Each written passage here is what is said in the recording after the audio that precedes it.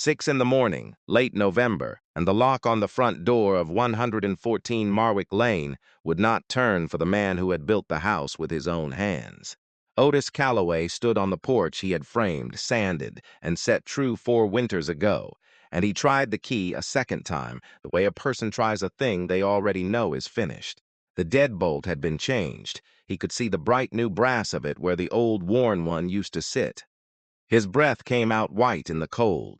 Behind him at the curb idled a 1998 Ford pickup with 250,000 miles on the odometer, and in the bed of that truck sat one steel toolbox, scarred and paint-flecked, that had belonged to his father. Inside the toolbox, wrapped in an old shop rag, was a wooden hand plane with the name A. Calloway burned into the heel of it, and in the breast pocket of his work coat was a folded bank slip showing a balance of $900. That was the whole of it. The house was not his. The savings were not his.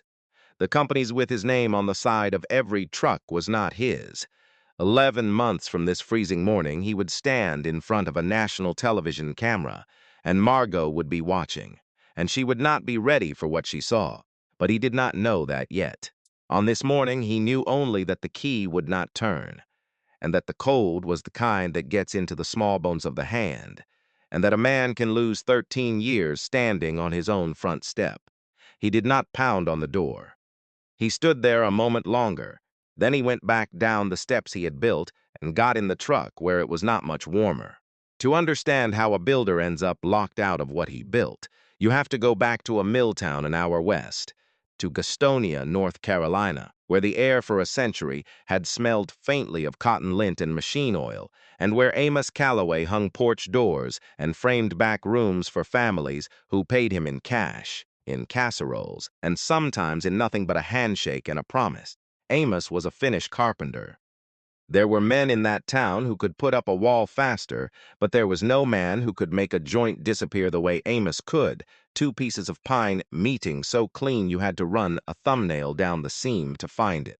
He worked slow. He worked the way the wood wanted, and from the time Otis was 7 years old, Amos kept him at his elbow, not to fetch and carry, but to learn.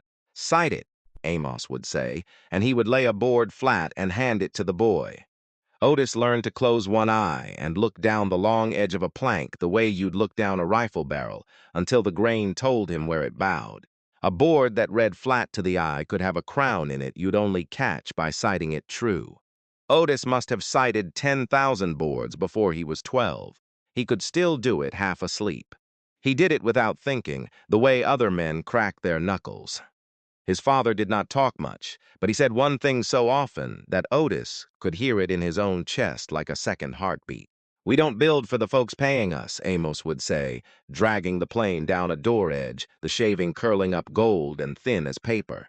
"We build for the family that moves in after they're gone." Otis did not understand it as a boy. He understood it later. It meant you did the work right where no one would ever see it. It meant the truth of a thing was in the parts nobody checked.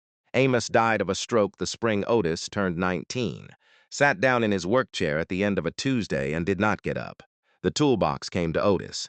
The hand plane came to Otis, and a thin sketchbook came to Otis, its cover soft and gone the color of weak tea, full of his father's drawings, stair details, joint diagrams, a way of finishing an exposed beam that Amos had worked out over 30 years and dated in the corner of each page in pencil, the way some men keep a diary.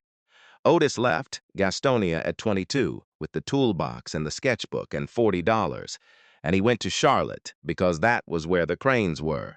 He carried mud and stacked block for 2 years before anyone let him near finish work. When they finally did, the foreman watched him hang a run of crown molding and stood there a while afterward not saying anything. "Where'd you learn that?" the man finally said. Otis told him about his daddy. By 28, he had his own crew. By 32, he had a company, Calloway Builds, and a reputation for something the trade started calling the Calloway finish. Joinery left exposed instead of hidden. The seams shown off rather than caulked over, because a Calloway joint was tight enough to show. He built it the way Amos built it. Every house had work in it no inspector would ever climb up to see. He met Margot Hale at a fundraiser he had only attended because a client dragged him. She was bright and quick and came from the kind of Charlotte family that had pews with their name on them. Her father owned commercial property. Her people summered somewhere. She found Otis fascinating the way you find a thing, fascinating that you have never stood close to before. And he, 34 and shy in a rented jacket, mistook fascination for understanding. They married inside a year, 13 years ago now. The signs were there from the start, if a man wanted to read them, and Otis did not want to. At the Hale family dinners he would arrive and someone would ask him, kindly enough, whether he was the contractor. Was the renovation on the lake house his crew? When the men gathered after supper to talk about money, the talk went around him and over him and never once to him. And if a question of business came up, it was put to Margot, sitting beside her husband, as though the husband were a piece of nice furniture she had brought. He heard once through a kitchen doorway one of her cousins call him Margot's handyman and laugh, and he heard Margot not say anything back. He told himself the man had been drinking. He carried the not saying anything around for a week, and then he put it down, because that is what you do when you love somebody, and you have decided not to see a thing. He did the work. She handled the rest. That was the arrangement, and on paper it looked like trust, and for a long time it was. Otis was a man who could read a board to a 16th of an inch, and could not read a balance sheet at all, and he was glad to have a wife who could. She managed the books for Calloway Builds. She handled the accounts, the filings, the contracts that came in the mail with little colored tabs marking where to sign. He signed where the tabs were. He was usually wearing his boots when he did it, standing at the kitchen counter with sawdust still on his forearms. And he signed the way he'd been taught to trust the people at your own table. There was a third party at that table more often than Otis liked, though he never said so. Preston Hargrove was a friend of Margot's family, a real estate finance man who managed money for people who already had a great deal of it, and who had a way of looking at Otis's calloused hands and then up at his face with a small smile, as though the hands had told him everything he needed to know. Preston started coming around to advise on how the company was structured, to make it efficient, he said, to protect it. Margot trusted him. Otis, who did not, said nothing, because what does a man who carries lumber know about structure? So Otis did not read the language. Preston wrote into the company filings over those last 2 years. He did not read the clause that named the Calloway methods, the Calloway designs, and the Calloway trade name as property of the corporate entity. The entity whose ownership had, through a series of restructurings tabbed and signed at the kitchen counter, come to rest entirely with Margot. He did not see, 8 months before any papers were served, the $210,000 move out of the savings he had earned aboard at a time into a limited liability company that listed Preston Hargrove as its manager and called itself a joint real estate venture. He was on a roof in Plaza Midwood the afternoon that wire went through. He came home that night with shingle grit in his hair and ate the dinner his wife had made, and did not know that the floor had already gone out from under him. That is the thing about losing your footing slowly. You do not feel the ground move. You wake up one day standing on nothing. The papers came on a Wednesday in November. Margot left them on the kitchen counter, in the spot where the contracts always came between the salt cellar and a bowl of clementines. Otis had just come in from the cold. He picked up the envelope with the dish towel still over his shoulder, and he read it standing up, all of it, every page, the way his father had taught him to read a thing through before he set his name to it. By the time he finished, it was full dark outside, and Margot was standing in the doorway with her coat already on, and Preston's car was in the drive with the engine running. She had taken the house, the savings, the company that wore his name. By the time the lawyers were done, his name would appear on nothing that mattered, the way Amos's name had appeared on nothing in Gastonia except 100 porches that still held. Otis did not raise his voice. He set the papers back down exactly where she had laid them. He looked at her for a long moment, and she somewhere over his shoulder, and then she went out to the car, and the car backed down the driveway he had poured, and he was alone in the kitchen he had cabineted. He found out about the changed lock 6 days later, when he came to get the rest of his clothes.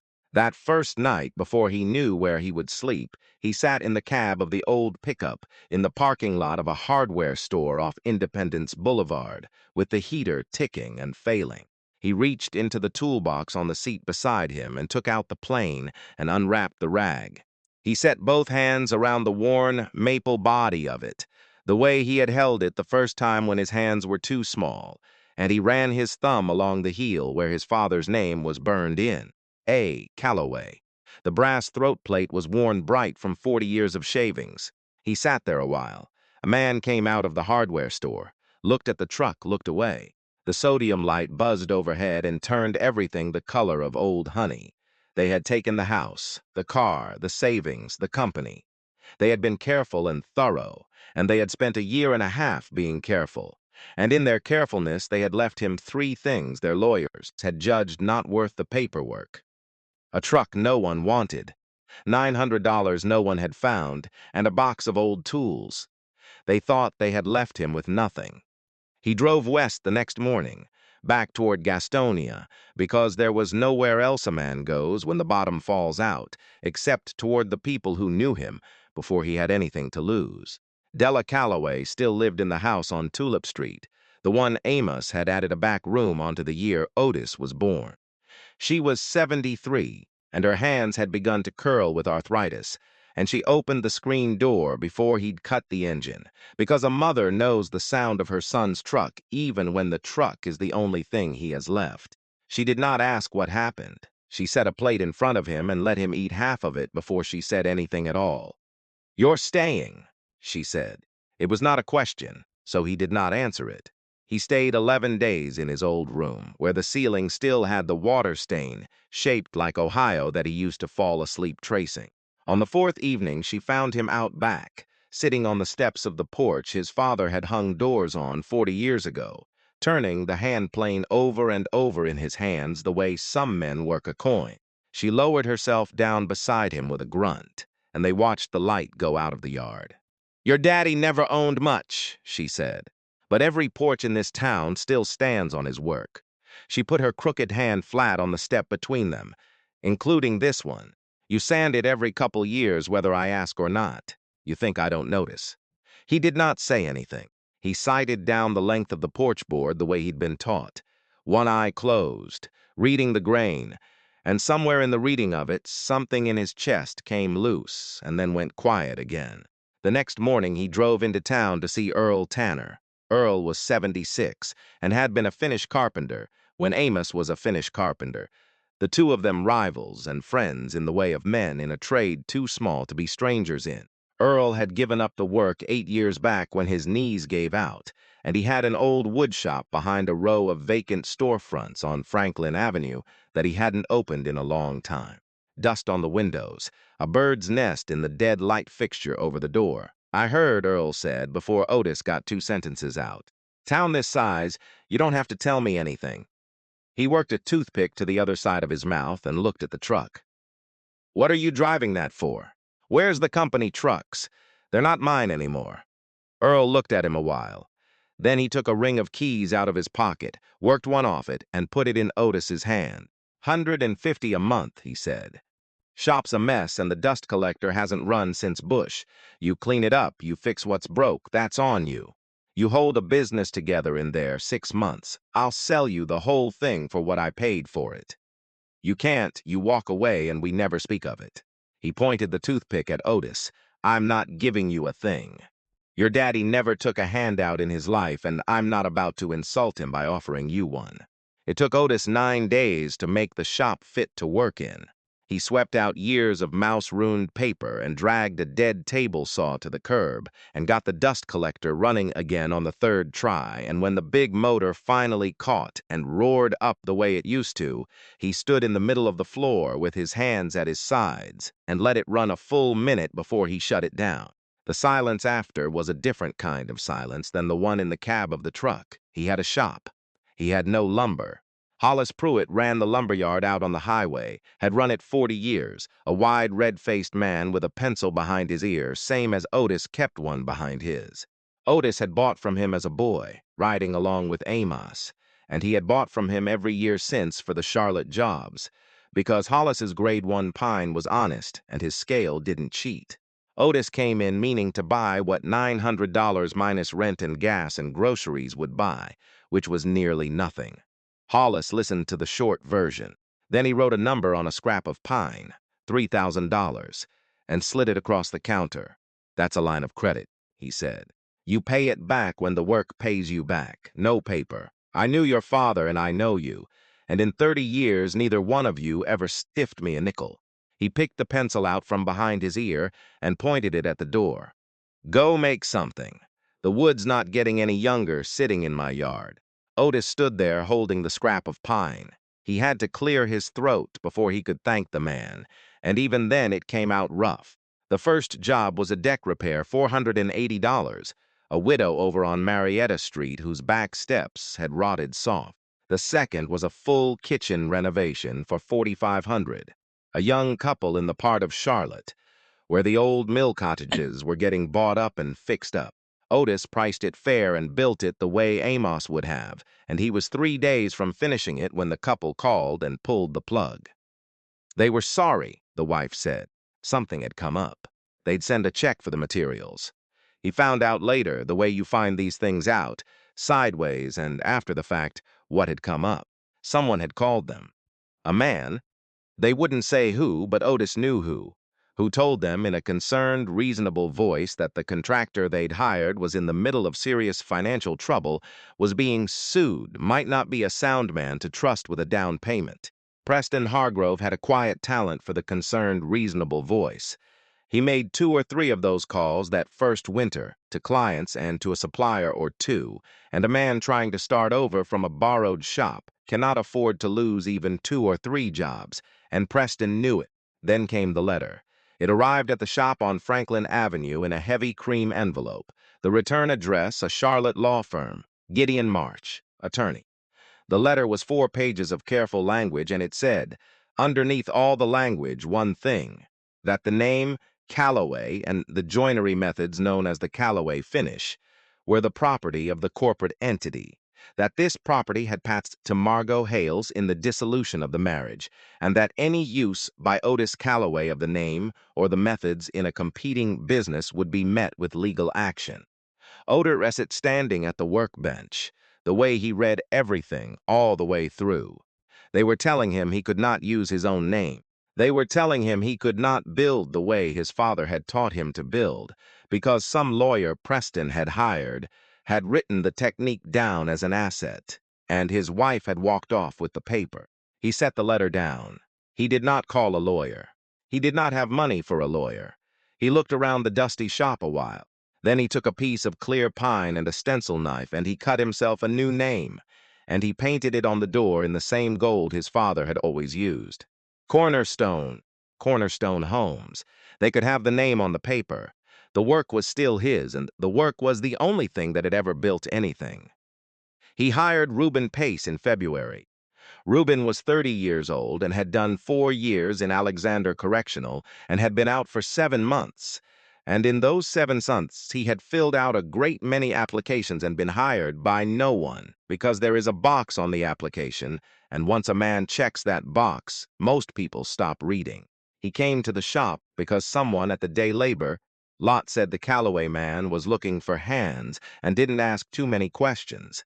He was honest about the box before Otis even asked. He stood in the doorway with his shoulders set like a man expecting the door to close. Otis looked at him a long moment. "You ever hang a door?" "No, sir."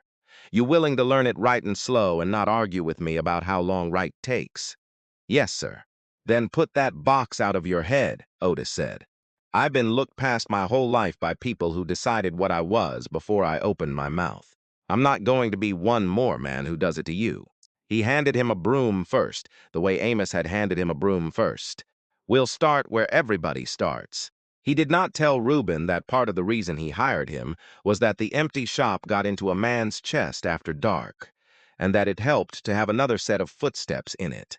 There was sense in it beyond the kindness, too, though Otis did not think of it as a strategy. The trade was starving for hands. The country was short hundreds of thousands of skilled construction workers, and the men who knew the old finish work were aging out of it faster than anyone was replacing them. The average tradesman in America was past 45 and climbing, and the young ones weren't coming up behind. A man willing to learn the work right, slow, with his hands, was worth more than a college diploma in half the towns in the country, and nobody wanted to say so. Otis just knew that a fellow who'd pull on his boots before dawn for a stranger's broom was a fellow worth teaching. By March, they were a two-man shop turning out clean work on a thin margin. Otis paid Hollis back $400 against these $1,000 the first time a job cleared. He paid Earl his $150 on the first of every month, in cash, in an envelope, and Earl always counted it in front of him, not because he didn't trust Otis, but because counting it was a kind of respect. At night, Otis kept a notebook, the way his father had kept the sketchbook. Money in on the left, money out on the right, and at the bottom, notes. Joint on the Marietta job needs to season a week before the trim goes on. Reuben's getting fast on the miter, slow him down. Della's porch board, south corner, soft. He wrote in pencil. He dated the corner of each page. He had lost everything he thought he'd built. He still had the only thing that had ever built it, and it had been in his hands the whole time, in the toolbox on the seat of a truck nobody wanted. One cold evening near the end of that first winter, with the work done and Reuben gone home, Otis stood at the bench and ran his father's plane down the edge of a poplar board, just to do it, just to feel the old motion. The shaving came up gold and thin and curled over his knuckles and dropped to the floor with all the others, and the shop smelled the way it had smelled when he was 7 years old, cut pine and machine oil and cold, and he stood there in it a while and did not move. Then he hung the plane back on its nail, and he turned off the light, and outside on the door the gold letters said Corner Stone, still tacky, catching what was left of the street light. The work climbed the way his father always said good work climbed, slow, and without ever quite stopping. The young couple on Marietta Street, who'd fired him over the phone, drove past the finished kitchen of the house. Next, door one Saturday, the one Otis had done for their neighbor instead, and saw the exposed oak shelving and the joint you had to run a thumbnail down to find, and the wife called and apologized and asked, a little sheepish, whether he had any openings that spring. He told her his calendar was full, which was the first time in a year that had been true, and it was not a thing he said to punish her. It was simply true. That second year he stopped renovating and started building. A pair of spec houses on a weedy lot off Tuckasegee Road that a bank had been trying to unload, bought cheap because nobody wanted to build there. Otis walked the block once before he made the offer.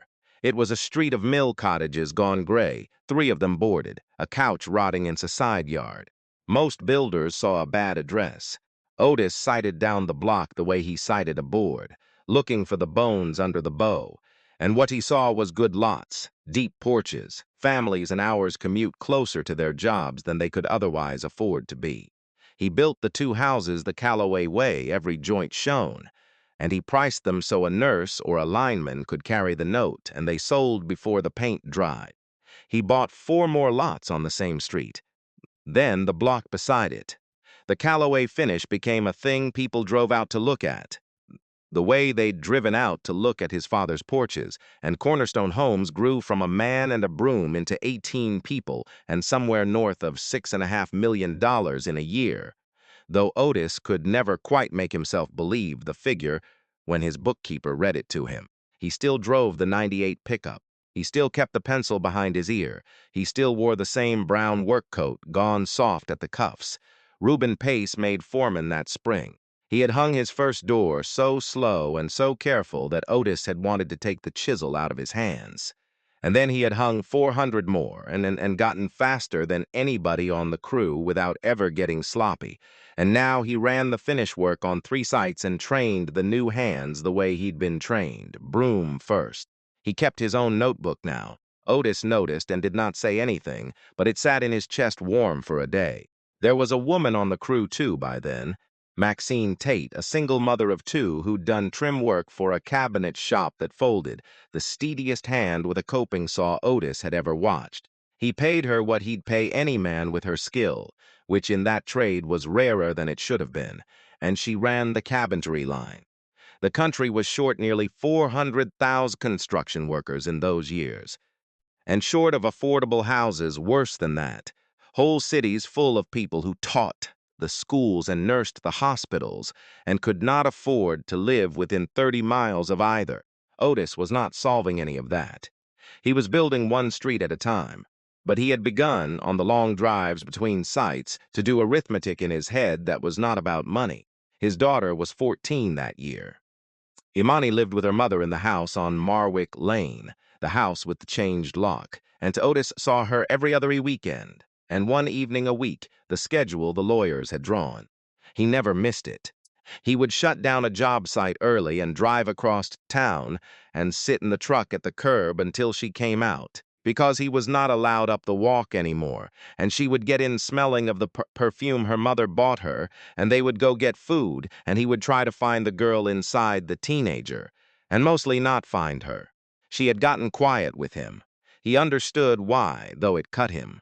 He had heard, in the broken way a parent hears things through a child, the shape of what was said about him in that house, that her father had failed, that her father was unstable, that her father had lost everything because he was the kind of man who loses things. Margot had a soft, sorrowful way of saying it. Otis imagined the same voice she'd never raised at him across the kitchen, and a 14-year-old has no defense against a sorrowful voice that gets to her every day across the breakfast table while her father gets 2 hours on a Wednesday. One evening, climbing into the truck, Imani looked at the new lettering on the door. He'd had cornerstones painted on it by then, and she said, not warmly, not coldly, just flat, "Mom says you do houses now." "I do," Otis said. She looked out the window. He let it be. He had learned building that you do not force a joint that isn't ready to close. You season the wood, and you wait. He drove her to get the burgers she liked, and he asked about her grades and her friends, and he did not say one word against her mother. Not that night and not any night, because Amos had taught him that you build for the family that comes after, and she was the family that came after, and you do not pour your bitterness into the foundation of a child. Across town, the success that Otis could not make himself believe was being watched by two people who believed it completely. Preston Hargrove managed something close to $1.25 billion for his clients, and a man who moves money for a living develops a nose for value the way Otis had developed an eye for grain. He had written the Calloway name and methods into those filings 2 years back as a precaution, a thing to hold over a man if the man ever made trouble, never expecting the man to make anything at all.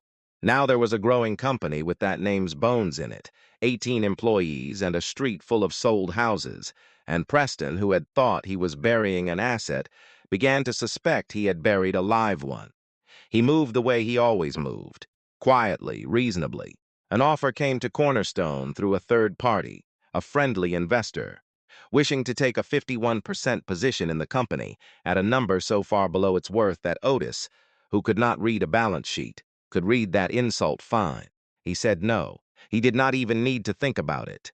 The man on the phone said it was a generous offer, and Otis said he was sure it was, to somebody, and hung up. When the buyout didn't take, the difficulty started. A building permit that should have taken 2 weeks took 7, hung up in a county office over a technicality that no one could quite explain, and that no other builder on the same street seemed to encounter. A supplier Otis had used for a year suddenly needed payment up front. None of it was anything you could point to. None of it had Preston's name on it. But Preston knew a man on the county commission, and the man on the county commission knew a man in the permitting office, and that is how things are done in a way that leaves no fingerprints. Not with a bribe, just with a phone call from a friend, just with the slow application of friction to a man trying to climb. Otis did not know the source of it. He only knew the friction. He paid the supplier up front. He drove to the permit office himself, and sat in the plastic chairs for a morning and was polite to everyone and got nowhere and came back the next morning and the morning after that, and eventually the permit came because there was no actual reasons it shouldn't, only an absence of reasons it should, and an absence runs out eventually if a man is stubborn enough to outwait it. The shop on Franklin Avenue was the headquarters by then, expanded into the storefront next door. But Otis still did his close work in the original bay where the light was good in the afternoon. He had a habit, before he read anything off the level, a plan, a measurement, the notebook, of brushing the sawdust off it first with the side of his hand, 2 quick passes, even when there was no sawdust on it. Reuben had pointed it out to him once, grinning, and Otis hadn't known he did it. After that, he caught himself doing it and let himself keep doing it, because some habits are how the dead stay in the room with you. His father had done the same thing. He could see Amos's hand doing it. That winter, the shop smelled the way it always smelled, cut pine and machine oil and cold, and there was a small electric heater in the corner that ticked as it warmed and ticked as it cooled, and at the end of a day you could hear the table saw wind down, the pitch dropping and dropping until the blade hung silent and you could hear the heater again. Otis worked late most nights. He was not in a hurry to go home to the rented duplex where nobody was. The shop was more like home anyway. The plane hung on its nail by the bench, under the photograph he'd tacked to the wall. Amos in 1986, squinting in front of a half-framed house, a pencil behind his ear, looking like he knew a thing the camera didn't. It was an ordinary good deed, in the end, that turned the lights on him. There was a fire that February in one of the old mill cottages, 2 streets over from his Tuckasegee build, an electrical fire in a house owned by a family named Ostrander, who had no insurance worth the name and 4 kids and nowhere to go. Otis heard about it from Reuben, who knew the man from church. Otis drove over and looked at the burned shell with the eye he'd been given, sighting down the scorched studs, and he saw that the bones were sound under the char. He told the Ostranders he'd rebuild it. He did not say for free. He just never sent a bill. And when the man tried to talk about money, Otis said they'd settle up when the man was back on his feet, which was Hollis Pruitt's own words handed forward, and both of them knew what it meant. His crew did the work in the evenings and on weekends over a month, on their own time, and somebody, a neighbor, Otis never learned who, filmed a little of it on a phone one Saturday, Reuben and Maxine and Otis and 4 others framing a wall by work light in the cold while the Ostrander kids handed up nails and put it online with a few words about the builder who rebuilt a stranger's house for nothing. It was not much of a video. It was shaky and the sound was bad. 11 days later, a woman named Greta Lund called the shop. She was a journalist, she said. She'd seen the video, and then she'd asked around. And the more she asked, the more she found, and she thought there was a story in it. Could she come out and see the work for herself? Otis stood at the bench with the phone against his ear and the plane hanging on its nail in front of him, and he told her he didn't see what was so special about a man doing his job. That, Greta said, is exactly why it's a story. Greta Lund came out on a Tuesday and stayed most of the day, and she did not ask the questions Otis braced for. She did not ask about the divorce. She asked about the wood. She watched him sight a board and asked what he was looking for, and he told her about the crown you can't see by eye, and she wrote it down. She watched Reuben run a length of base and asked how long he'd been doing finish work, and Reuben told her the truth, the box and the 4 years and the broom, because Otis had taught him that the truth was load-bearing and a lie was not. She left at dusk and said she'd be back with a camera. What turned the story from a feature into something larger was not Greta. It was the letter.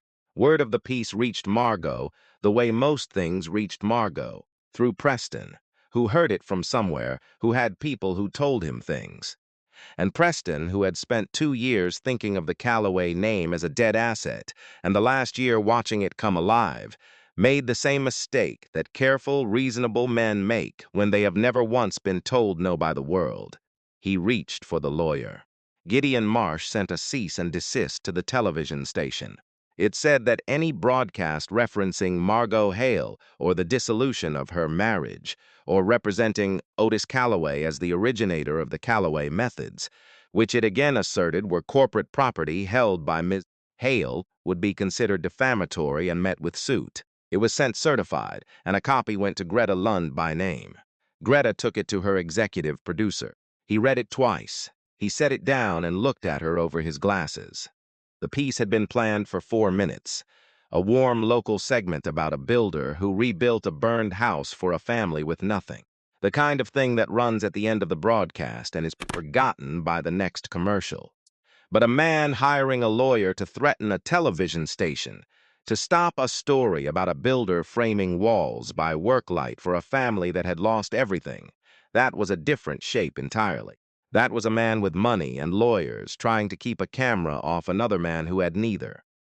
The producer had been in news 30 years, and he knew the difference between a story about a house and a story about power. The segment went from 4 minutes to 12, from the local 6 o'clock to the network's national magazine show, which picked it up off the affiliates' feed. From one camera to a 3-day shoot, Preston had taken a small kind story and, by trying to bury it, made it a national one. He had done the precise thing he did not want done. He had pointed the country at the very thing he most needed unseen. And while the cameras were being scheduled, the same lawyer filed of the plan in court. Gideon Marsh brought a civil claim against Cornerstone Homes. The argument rested entirely on the non-compete language.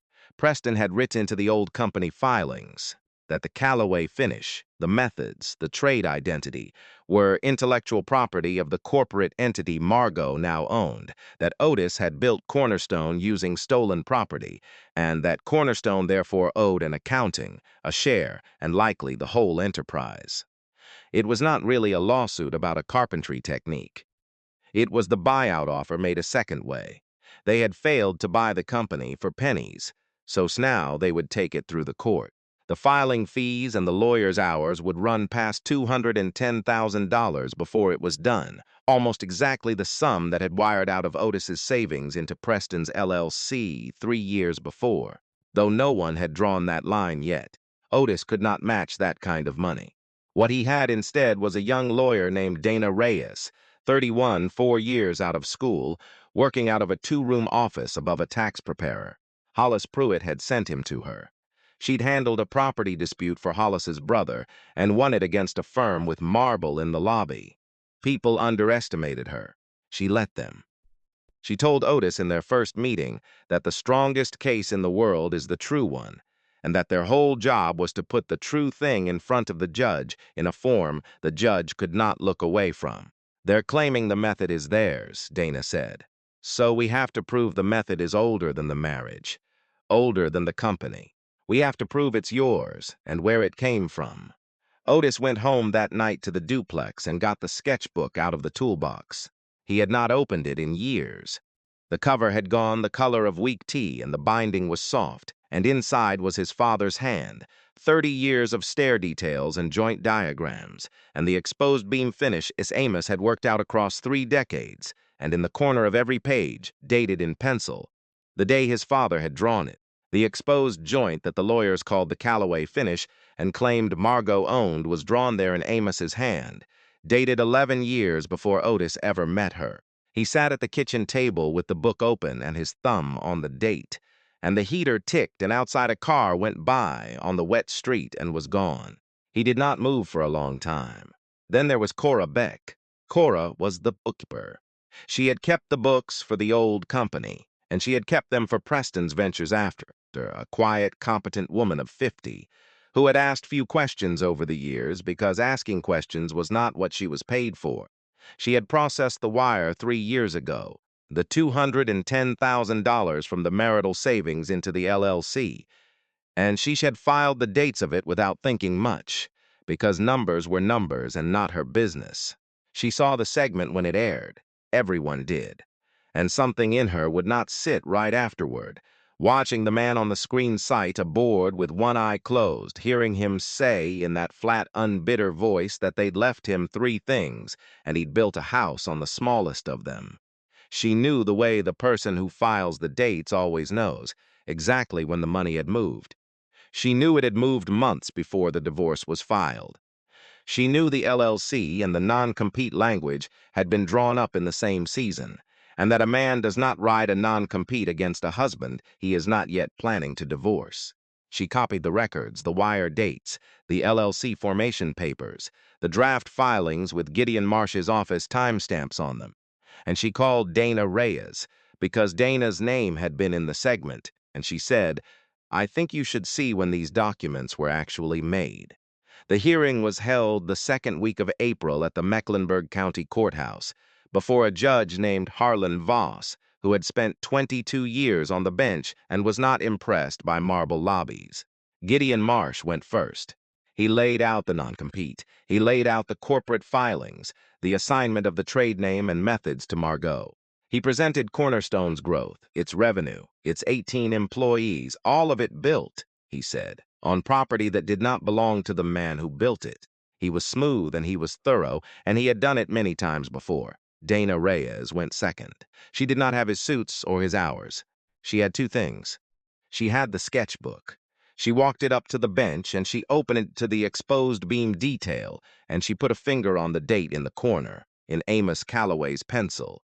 "San," she said, "the method the petitioner claimed to own had been drawn by the respondent's late father 11 years before the marriage, in a mill town an hour west, by a man who never owned more than a toolbox and a name, and that you cannot assign in a divorce a thing that was inherited from the dead." She entered the sketchbook into evidence. She entered Earl Tanner's sworn statement that he had watched Amos use that joint 40 years ago. She entered Hollis Pruitt's and 3 customers, and Rubens and a stack of letters from a street full of people who had watched the work go up. And then she laid down Cora Beck's records. She put the wire date beside the divorce filing date, 8 months apart. She put the LLC formation papers beside the non-compete draft, same season, same lawyer's office, time-stamped. She did not raise her voice. She built it the way Otis built a wall, one true piece set against the last, and when she was finished, the structure stood on its own, and there was nothing Gideon Marsh could say to bring it down, because you cannot argue with a date. The respondent was not the one who took intellectual property, Dana said. The petitioner and her partner moved marital assets into a shielded entity 8 months before this divorce was filed, and drafted a non-compete against a husband who did not yet know he was being divorced. The only thing the petitioner can prove she originated is the plan to take everything before he could object. Judge Voss read the dates himself. He read them slowly, the way you read a thing you intend to be sure of. He looked at the sketchbook a long while, turning 2 or 3 of the pages with one finger. Then he closed it and looked down at the table where Margot and Gideon Marsh sat. He found for Cornerstone on every count. The non-compete was void as applied. A man cannot be barred from a trade he learned from his father before the marriage existed. The claim to the methods was dismissed, and the court noted, in language anyone who read the record could understand, that the timing of the asset transfers raised serious questions of fraud upon the marital estate and referred the matter for further review. The segment had already aired by then. It aired the Thursday before the hearing, 12 minutes, national, and Margot watched it in the den of the house on Marwick Lane, with Preston standing behind the couch, not sitting down. She saw the shop on Franklin Avenue. She saw the gold letters on the door. She saw Otis at the bench in the brown coat she remembered, tilting his head and closing one eye and sighting down a board she had watched him do 1,000 mornings in her own kitchen, and never once asked what he was looking at. She saw the photograph on the wall, the man squinting in front of a half-framed house, and she did not know him, had never asked who he was in 13 years of marriage. She saw the plane hanging on its nail. She heard Reuben say what the man had done for him. She heard one of the Ostrander children say the builder had given them their house back, and she heard Otis, sitting on a sawhorse with his hands in his lap, say to the camera in that flat, unbitter voice, "I lost everything I thought I had. Turned out I'd been carrying the only thing that mattered the whole time. It just wasn't worth anything to anybody who counts in dollars." The thing she had been ashamed of, the calloused hands, the Milltown father, the toolbox, the name she had let a lawyer write down as a piece of property to be moved around, was the thing that had built all of it. It had been in her own house for 13 years, on a shelf, in a box, and she had never once asked to see inside. Preston said something behind her about the lawyer, about the appeal, about it not being over. Margot reached for the remote and turned the television off and sat looking at the dark screen. The thing about a structure built on a false date is that once one piece is pulled, the rest does not lean. It falls all at once.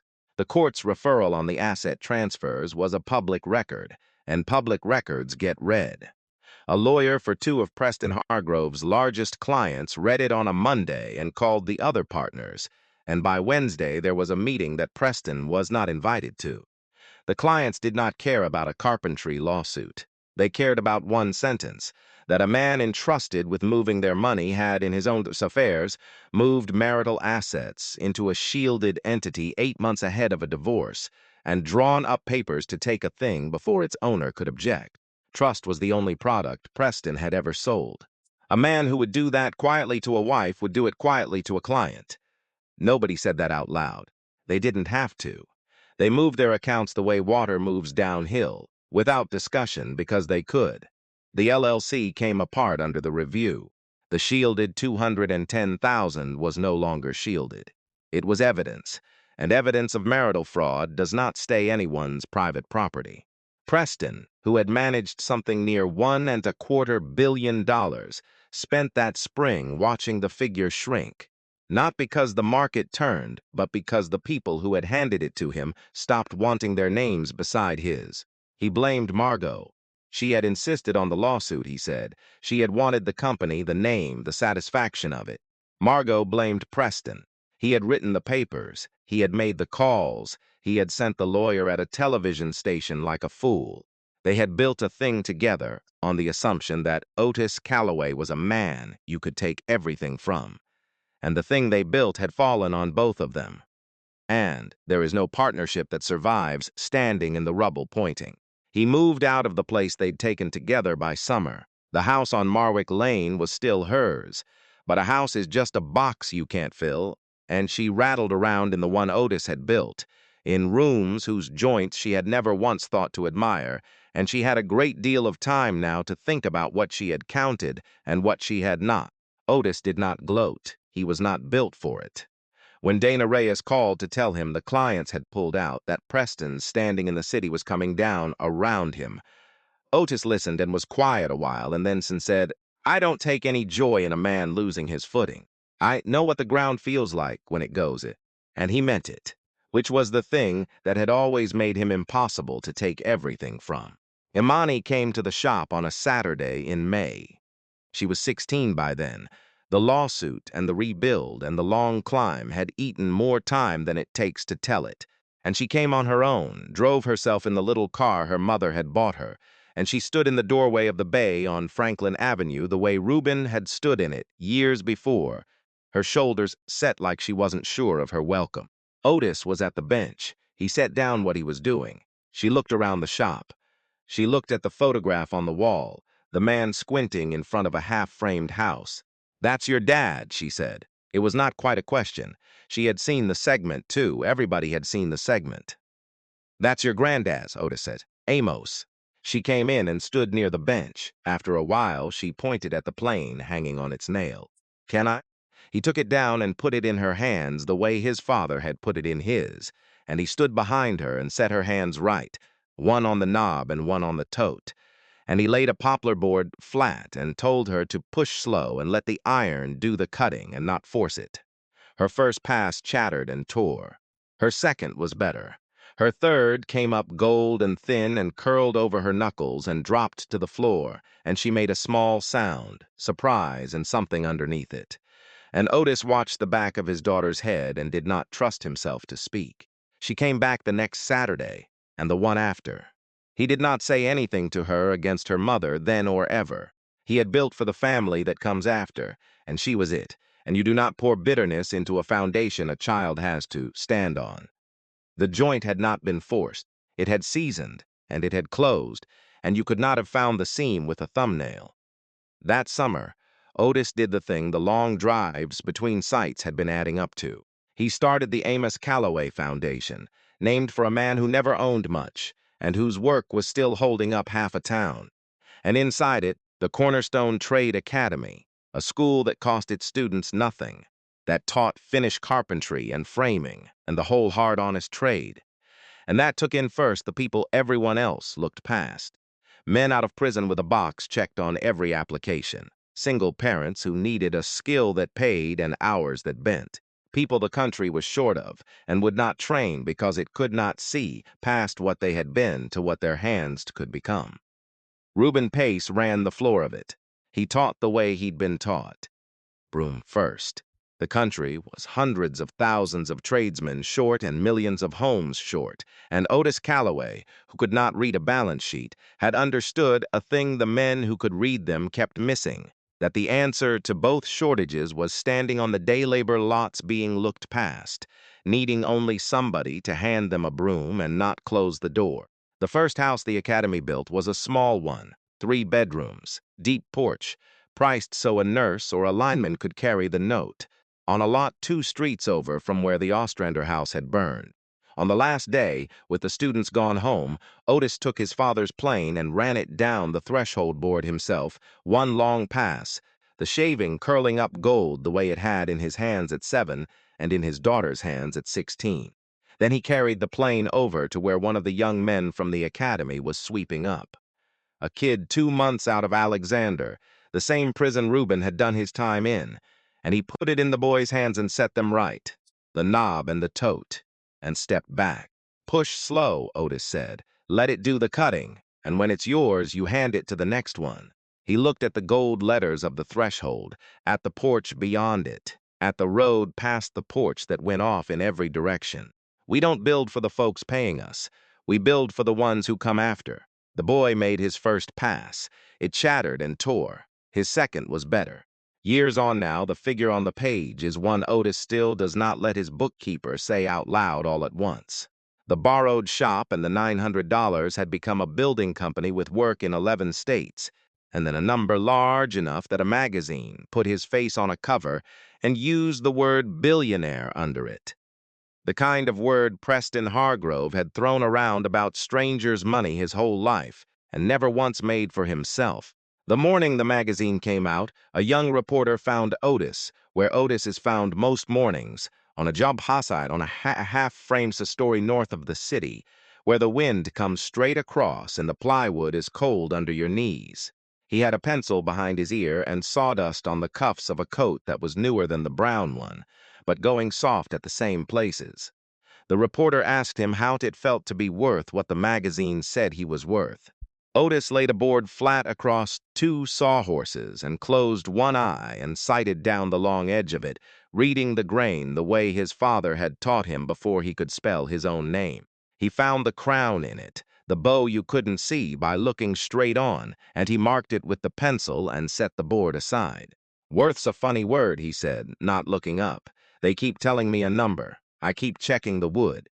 He drove a younger pickup now. The 98 had been retired to the academy lot, where the students learned engines on it. But he still kept the pencil behind his ear, and he still brushed the sawdust off the level twice before he read it, even when there was no sawdust on it, because that is how his father stayed in the room. He took the house, he took the car, he took the savings and the company and 13 years, and made them disappear from every document a lawyer could find. He left a man a truck nobody wanted, $900 nobody found, and a box of old tools nobody valued. He thought he'd left him with nothing. He'd left him with everything, because the one thing neither Margot nor Preston ever understood about Otis Calloway, the one thing they couldn't take because they could not see it to take it, was where he came from. A mill town, a man with calloused hands who built for the family that moved in after, a toolbox, a plane with a name burned in the heel, a sketchbook of dated pages proving the truth was older than the lie. You cannot assign in a divorce a thing inherited from the dead. You cannot wire away a man's hands. And you cannot buy back what you never once thought to value, not when you finally see it. Not for any amount, because by the time the kind of people who only count what's on paper understand what they've thrown away, it is already in someone else's hands, being handed on. So here's the question worth sitting with.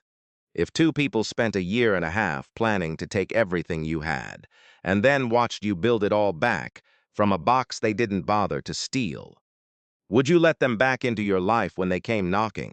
Or would you let them sit a while with what they built? This one's going to split the room. Leave your answer below, and if a man rebuilding from nothing is the kind of story you want more of, subscribe and stay with me.